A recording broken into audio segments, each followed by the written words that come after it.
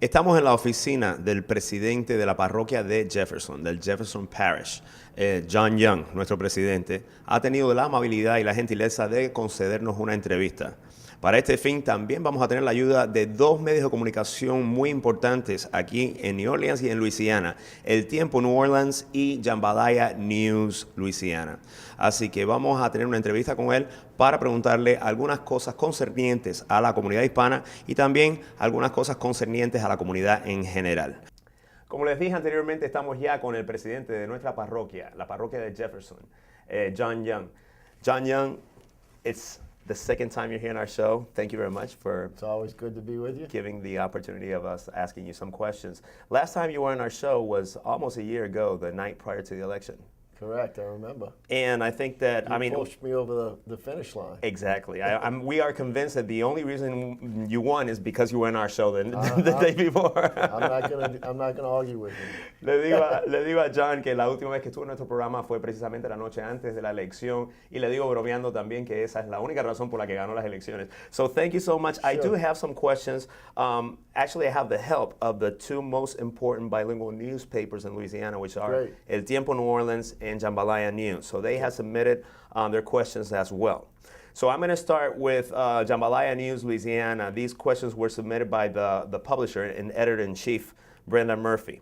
The first question says, I'm going to read it in Spanish first. Okay. Después de los acercamientos que ha tenido con líderes de la comunidad hispana y conocer un poco de su cultura y comportamiento, ¿qué sugerencias nos podría dar para lograr una integración más efectiva?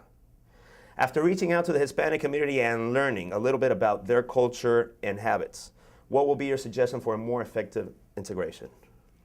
Well, just to continue the first steps we've taken, we're working with a group of influential leaders within the Hispanic community, certainly to get everyone ready for hurricane season. Mm-hmm. And then we're going to go out from there. We want the Hispanic community to feel be a major part of Jefferson Parish that they are. Right. We want them to get more involved.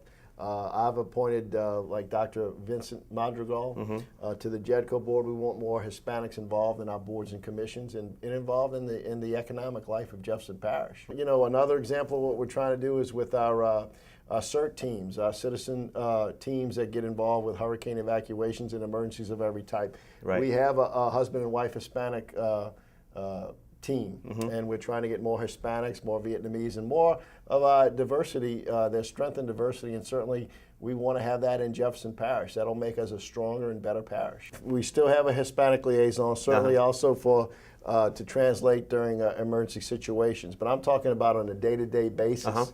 In different departments, we're looking at each department where someone who doesn't have English as their primary language can go to that person in that department and better able to communicate. La experiencia con Katrina, nadie la puede olvidar. Fue un tiempo de destrucción, confusión, pero también de corrupción en casi todos los niveles. De hecho, usted ocupa un puesto que estuvo en el ojo del huracán. ¿Cómo se protege y gobierna para restaurar la credibilidad que muchos han perdido en los políticos de New Orleans, y en este caso de la parroquia de Jefferson? This question talks about the scandals of corruption in the past administration of Jefferson Parish.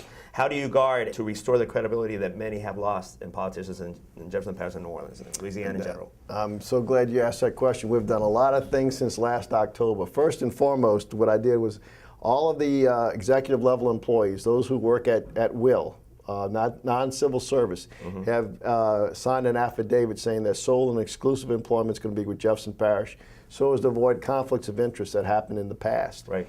The other thing I did when I first got in is I took away all the credit cards from all the top executive level employees.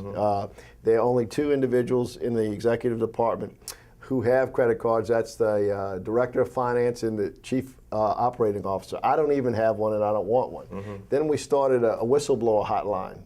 You can call in. You don't have to give your name, your address. It can be anonymous. It's 73-NO-WAY, 736-6929. And actually that No-Way hotline, that whistleblower hotline, actually assisted us in working with the sheriff's office in making several arrests when we first got in, some of which were employees, some of which were contractors that were taking money and property from Jefferson Parish. So we're moving forward with those reforms. We've put in the first ever compliance officer, ethics and compliance officer in Jefferson Parish. After this interview today, we're going to interview for an internal auditor. And probably the single most important aspect of this reform movement is the creation of an Office of Inspector General, which we have on the ballot, which everyone can vote on October 22nd. We want to urge everyone to go out and vote. But this will institutionalize reform in Jefferson Parish for years to come. This office will be independent of the parish president and the council and have an independent funding source and will only report to the people of Jefferson Parish. So that is going to be a major, major step in solidifying the reforms we've passed over the last year and a half in Jefferson Parish. With so much invested in infrastructure to protect the city, which, in your opinion, is the area where we're still vulnerable? And this talks about, everything we've done for, the storm protection. Sure. It's another great question. I mean, certainly we're much better protected today than we were at the time Katrina hit. We've been through 4 major hurricanes now, the worst oil disaster in U.S. history. We've come back better and stronger. Our defenses are up. But again, we still have a long way to go in terms of protecting ourselves from Category 5 protection. In terms of Jefferson Parish, we're still working on the west return wall in Kenner to strengthen that. That's been repaired, but now we're building a bigger and stronger wall, so that's not complete yet. Okay. But most of the levees have been raised to a 100-year level of protection, so we're in pretty good shape. We have the causeway that's still under construction, but the Corps and the parish have interim measures to be put in place in the event a storm hits us this season. And also, I can make everyone a promise that with the safe rooms we've built, and never again, certainly not as long as I'm president, will pump operators ever be evacuated outside of Jefferson Parish. So we're much better protected, but having said that, if we hit with a Category 5, we certainly are not up to Category 5 protection. That's why we have to continue to invest in restoring our coastline, wetlands, and estuaries, and actually building structures at the Wrigley's and Chef to keep the storm surge from coming in to Lake Pontchartrain to begin with. On the West Bank, we've made tremendous strides because we have the Western Closure Complex, which is going to be the largest pump station in the world.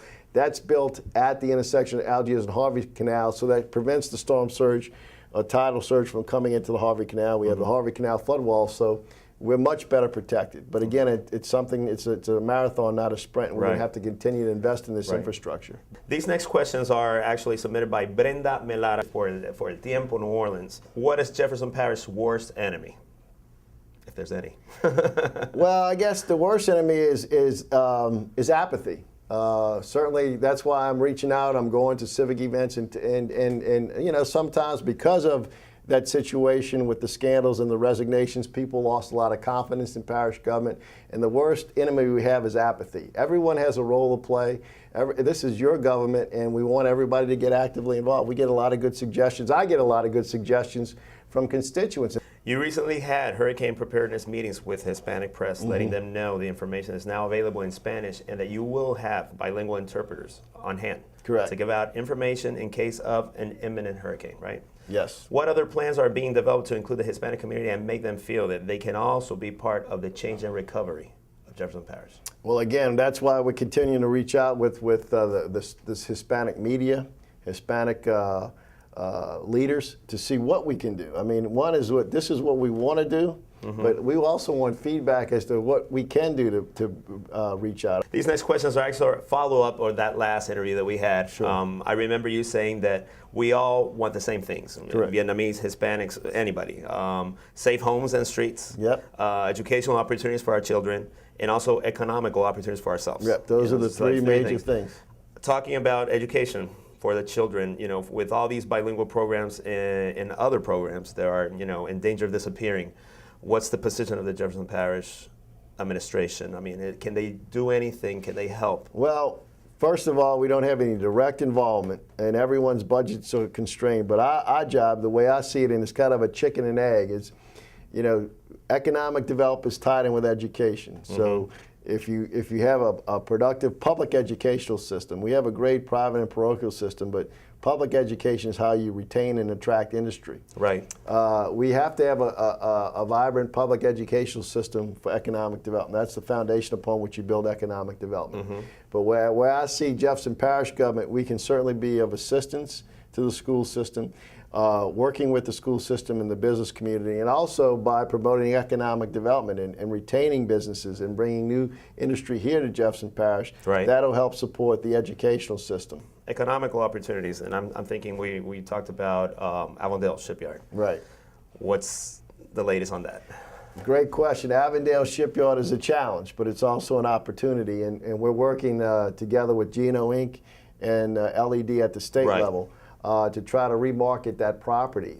We got a little bit reprieve in that Avondale is going to be there till 2013, but we're not leaving any stone unturned. The state LED has hired an expert consultant to help us, who's helped remarket other shipyards. LED is the Louisiana Economic Development Association? Louisiana Economic Development, yes. Yes, okay. Secretary Morey, who's the head of Secretary. And I know they got some funds or a grant like for $1.4 million just to try to find alternatives for that property. Yes. Now, the good news is that we're all working together and we all realize how important it is. The other good news is if you look at that property, that's a valuable, very valuable tract of land sitting on the Mississippi River. Right. You're going to have a new bridge, the Huey Long. It's going to be expanded in a while. You got rail service and interstate system. So, you know, maybe we won't capture a single user, but you can certainly market that as an industrial park that has got a lot of selling points to it. So that's what we're looking at. So you're optimistic that we can actually have those almost 5,000 workers with jobs in the future? Yes. And in fact, if we play our cards right and we put the right people together and the right incentives together, we could actually generate more than the 5,000 jobs we're losing. And certainly, I feel, and there was just something that came over the wire right before we started the interview, that Louisiana is leading the way, and Jefferson Parish is right there with them on the film industry. We've really made great inroads in attracting the film industry to Jefferson Parish and to Louisiana with our tax incentives. The state led with the tax incentives, and we at the parish level also give our own parish tax incentives, and we've seen a lot of investment in the film industry in Jefferson Parish. Well, I know you have a really tight schedule. You have meetings coming up. Right. We just want to congratulate you for your effort in these months. I think that, I mean, I've seen you all over the place. I see you at fundraiser for schools. I see you at the Tarpon Rodeo trying to incentive people to come over there, you know, and promote, you know, the visit to Grand Isle. How they're doing over there? Grand Isle's doing great. I mean, you know, we had a lot. Everything's fine. We encourage everybody to go down there with the price of gas. If you can't afford to go all the way to Florida, it's certainly a great place to bring your family. It's great fishing. You know, they went through Grand Isle's we've all been through a lot, but Grand Isle's been at ground zero, so has Lafitte with the hurricanes and the oil disaster. But you know, they're tough, resilient people, and they're coming back better than ever. And you know, is the beach clean? Actually, beach is 100%. Clean. Yeah, beach is clean. You know, obviously we're still monitoring everything, but the beach is clean. The seafood's always going to be. It's always been the world's best tasting seafood. Now it's the safest because it's been tested more than any other seafood. And it's just a great time to go down there. So we encourage everybody to go down there. All right. Well, we encourage you to participate in all our activities as Hispanics in our Hispanic community. You're always invited as our guest. And thank you so much for giving us some light on these important matters. And I look forward to doing it on a regular basis. Very good. Thank you much. Thank you very much. President of Jefferson Parish. Thank you so much. Thank you.